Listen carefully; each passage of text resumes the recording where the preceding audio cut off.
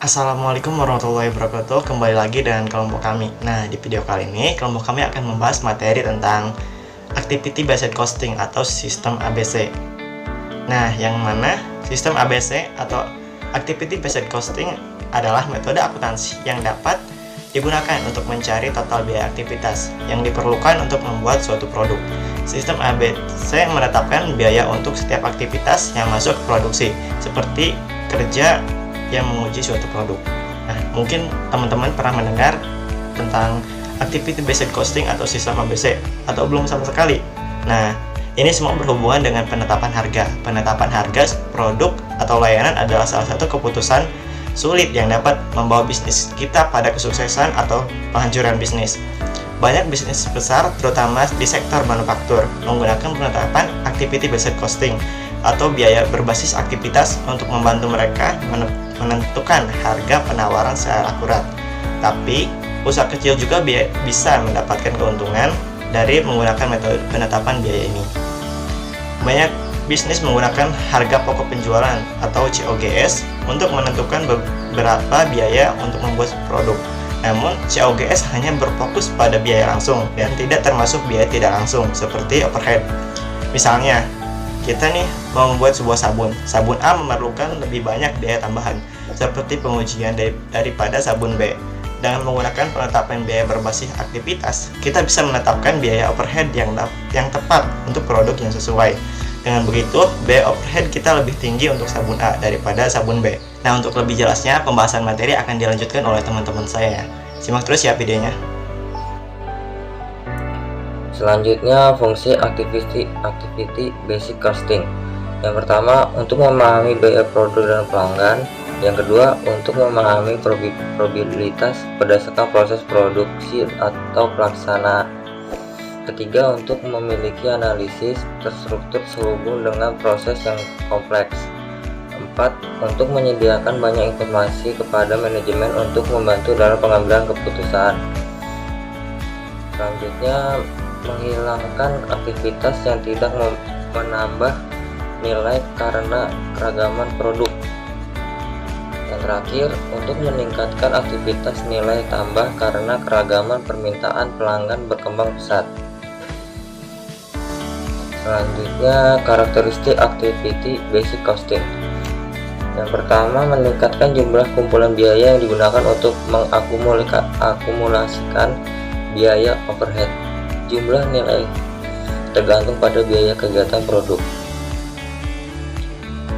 Yang kedua, membebankan biaya overhead untuk pekerjaan atau produk yang berbeda sebanding dengan biaya aktivitas dalam bisnis berdasarkan biaya tenaga kerja langsung atau jam mesin. Yang ketiga, untuk meningkatkan keterlacakan biaya overhead yang menghasilkan data biaya unik untuk lebih akurat dalam manajemen. Terakhir, mengidentifikasi biaya selama aktivitas dan penyebabnya tidak hanya membantu dalam perhitungan biaya yang lebih akurat dari suatu produk atau pekerjaan, tetapi juga menghilangkan aktivitas non nilai tambah. Komponen dalam activity based costing. Yang pertama, resource atau sumber daya. Yang kedua, resource driver atau penggerak sumber daya. Yang ketiga, aktivitas. Yang keempat, activity driver atau penggerak biaya kegiatan. Yang kelima, cost object atau objek biaya. Kelebihan pada activity based costing.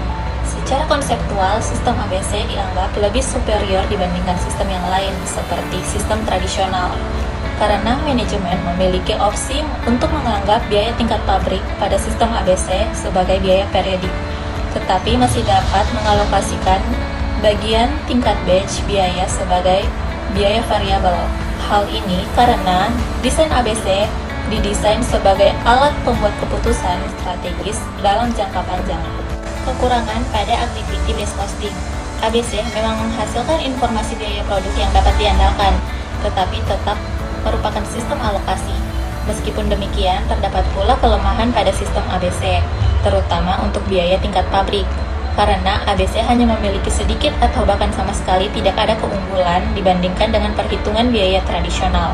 ABC juga tidak menunjukkan biaya yang dapat dihindari, menghentikan suatu produk, atau dengan memproduksi produk dalam batch dengan jumlah yang lebih kecil. ABC menunjukkan beberapa banyak aktivitas tingkat batch dan produk yang dapat digunakan, bukan seberapa banyak penghematan yang dikeluarkan jika lebih sedikit produk atau batch yang diproduksi. Yaitu contoh perhitungan activity based costing. Yang pertama ada aktivitas dana anggaran, yang kedua ada data aktivitas sungguhnya, dan yang terakhir ada perhitungan activity based costing. Aktivitas dana anggaran terdiri dari aktivitas rekayasa, setup, mesin, dan packaging.